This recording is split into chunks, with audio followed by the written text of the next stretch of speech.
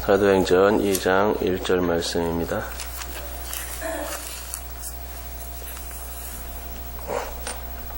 우리 2장 1절 말씀 우리 함께 같이 합독하겠습니다. 읽겠습니다. 시작. 오순절 날이 이미 이르매 그들이 다 같이 한 곳에 모였더니. 아멘.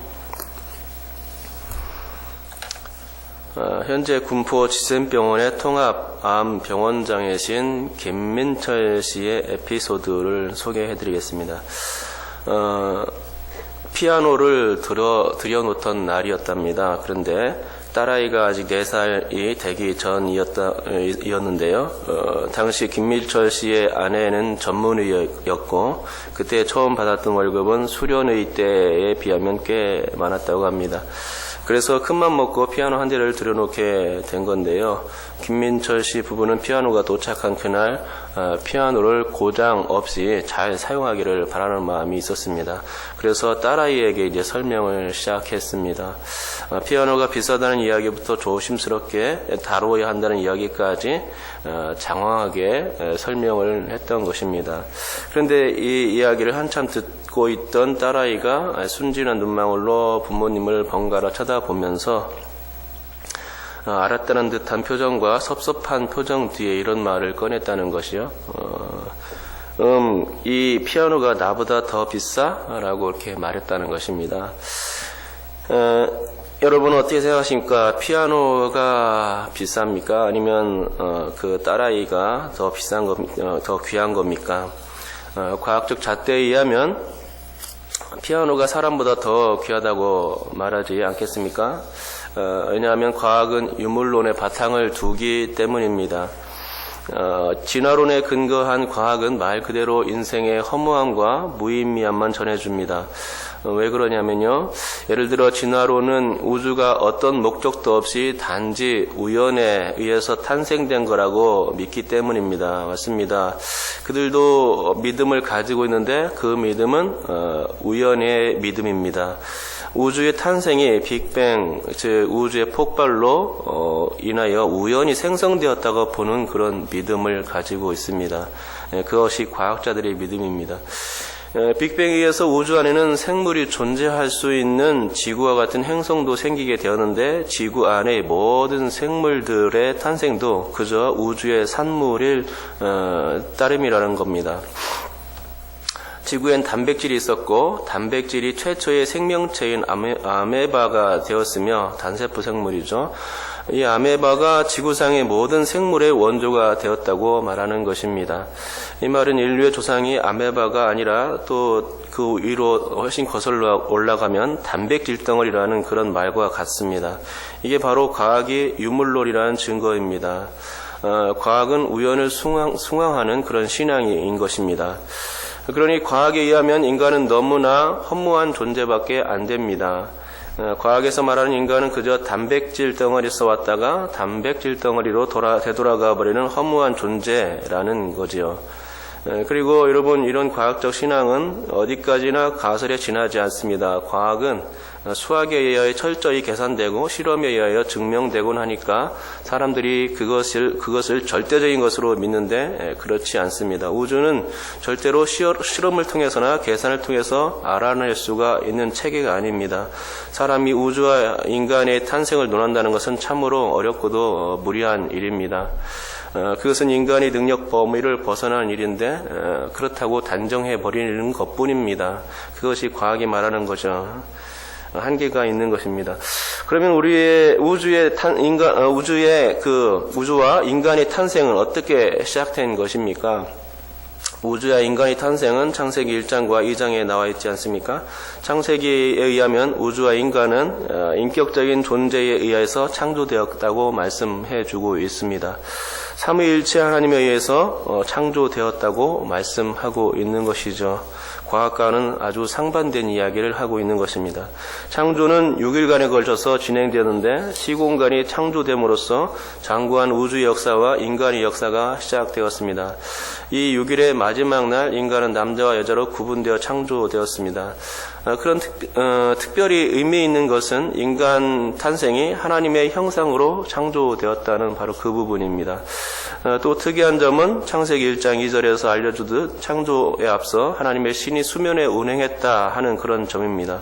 이 운행은 생명을 창조해내기 위한 그런 운행이었습니다. 흡사 닭이 병아리를 낳기 위해서 계란을 품고 있는 것과 같은 이치입니다.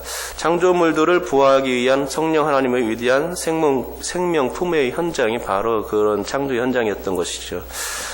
제가 얘기하고 싶은 것은 하나님의 창조의 역사는 사랑으로 가득 차 있다는 것입니다. 절대로 유물론적이지 않습니다. 하나님의 창조는 너무나도 인격적이고 또 소망적입니다. 인간이 결코 단백질로 돌아갈 일이 없음을 하나님의 창조 역사는 보여주고 있는 것입니다. 하나님의 형상으로 창조된 인간은 죄로 인해 잠깐 그 형상을 잃어버린 상태가 되었지만 회복의 약속에 의하여 다시금 되찾아지게 될 것입니다.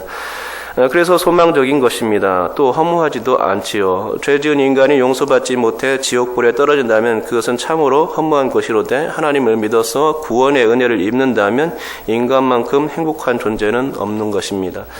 만약 하나님께 피아노가 중요하냐 딸아이가 중요하나 여쭌다면 하나님은 분명히 딸아이라고 말씀해 주실 것입니다. 그러니 하나님의 딸인 우리는 얼마나 행복한 일입니까?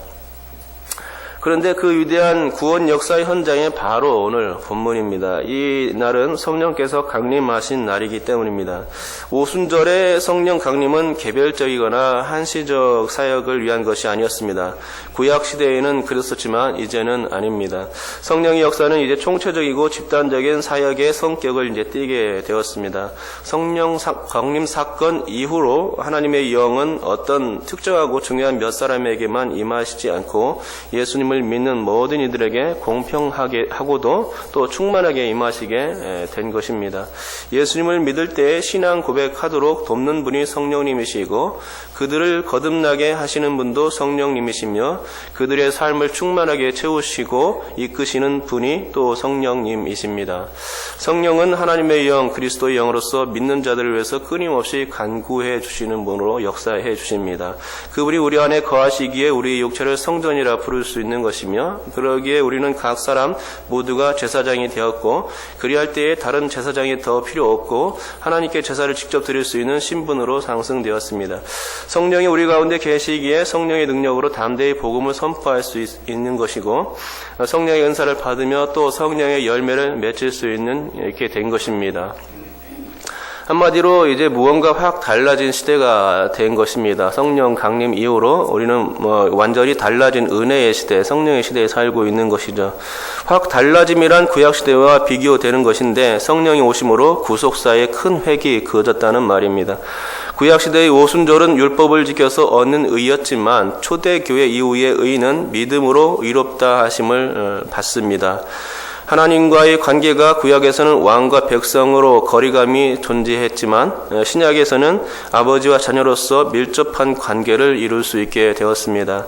구약의 오순절은 모세가 하나님의 십계명을 받은 날로서 율법을 돌판에 새긴 외적이고 법적인 절기였다면 신약의 오순절은 하나님의 말씀을 마음에 기록하는 내적이고도 영적인 절기로서 승화된 것입니다. 이제는 더 이상 별도의 제사장이 필요 없게 되었으며 또 제사 제도까지 폐지된 것입니다. 확 달라진 시대가 되었고 우리는 이렇게 확 달라진 은혜의 시대에 살고 있습니다. 그러니 얼마나 감사한 일입니까? 참으로 감사한 일이 아닐 수가 없습니다. 성령이 오심으로써 예수 그리스도의 공생의 사역이 완전한 마무리가 되었으며 성령이 오심으로 구속사의 커다란 틀이 완성되었습니다. 성령이 오심으로 예수님의 죽으심과 부활 그리고 승천하심의 의미는 더욱더 의미가 있게 되었습니다. 성령이 오심으로 메시아와 성령 임재에 대한 구약의 그 모든 약속이 다 성취되었습니다. 성령이 오심으로 교회가 세워질 수 있었고 성령이 오심으로 구원의 방향은 이방 이방인들을 향해서 뻗어나갈 수 있는 토대가 되어 주었습니다. 성령이 오심으로 진정한 가을 추수가 시작되었고 성령이 오심으로 주님의 나라는 더욱 견고해지며 더욱 확장되어지고 있습니다. 성령이 오심으로 종말의 시기가 더욱 가까워지고 있고 성령이 오심으로 새하늘과 새 땅, 새 예루살렘을 기대하며 세상의 역사를 갈무리하게 될 것입니다.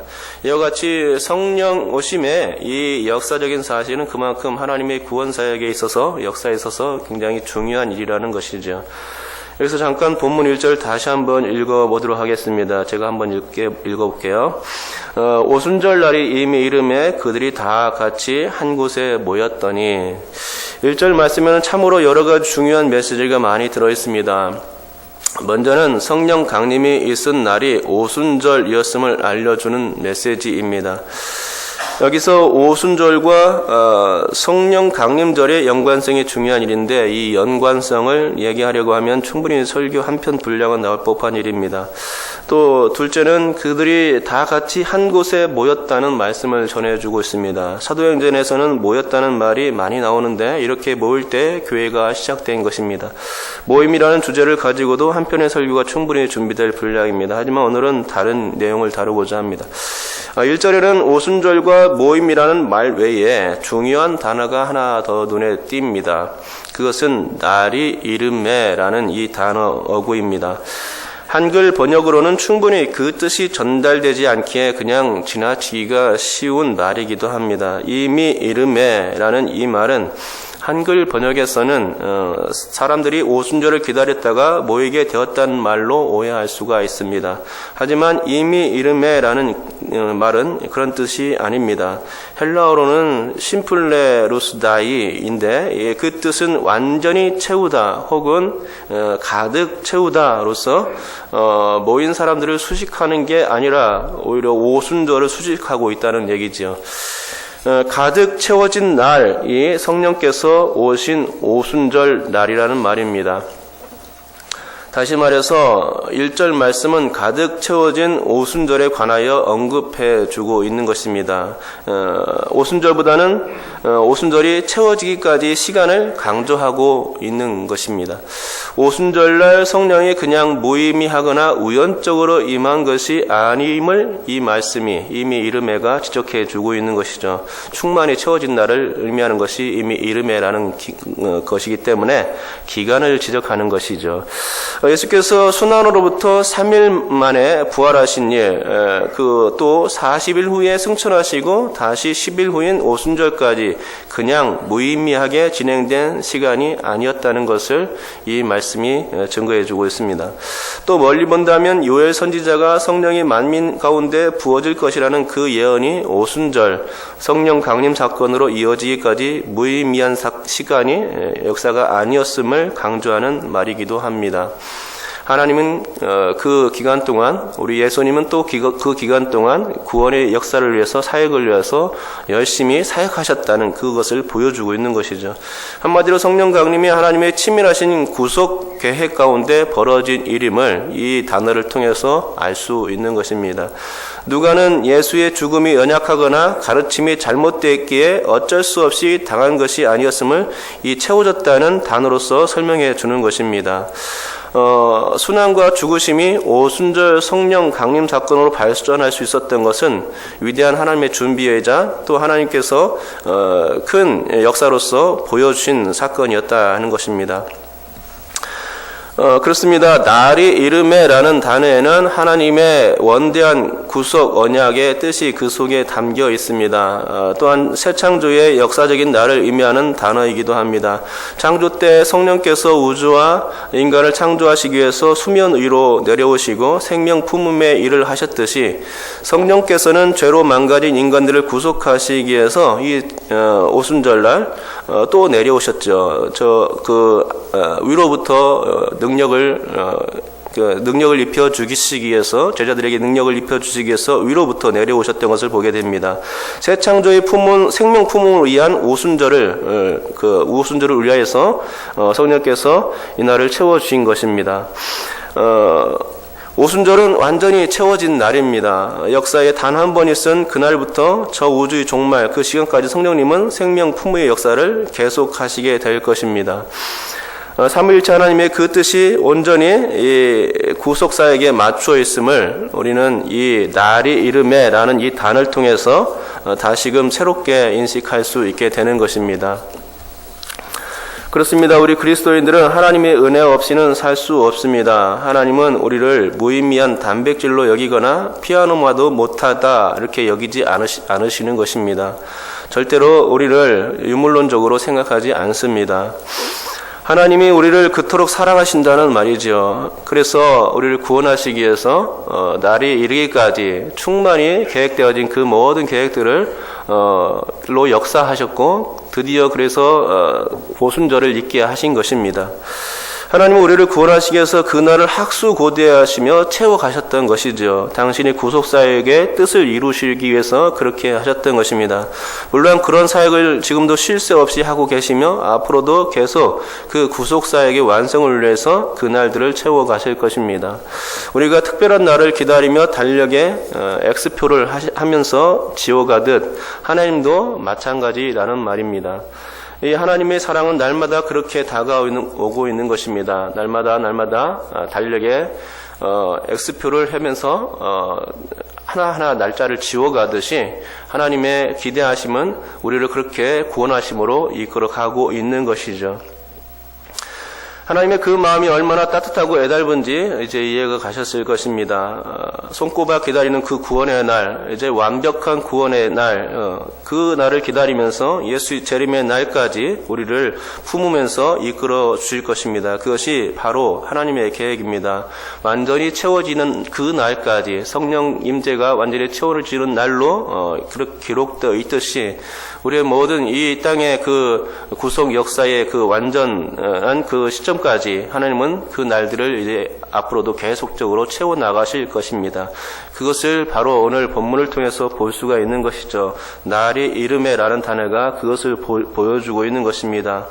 하나님께서 채워지는 그 구원의 날, 그것들은 너무나 완전하고 또 아름다운 이름이 아닐 수가 없는 것이죠.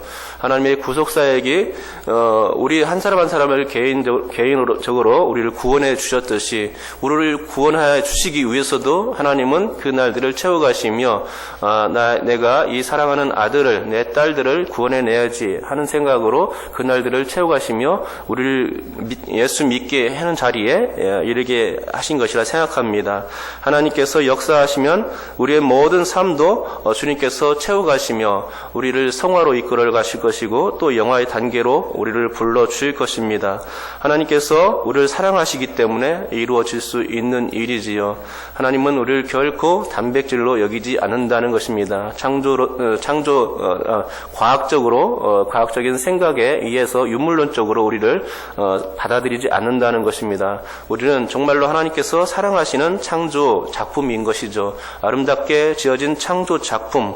하나님은 그렇기 때문에 우리를 당신의 인격적인 관계로 당신의 형상으로 창조하신 우리를 인격적인 관계로 만나 주시길 원하고 또 회복되기를 원합니다. 죄 가운데 억눌려서 있기를 원하지 아니하고 하나님은 우리를 끝까지 붙들어 주시며 구원의 역사의 그날까지 우리가 완전히 구원받는 그날까지 주님은 채워 가실 것입니다.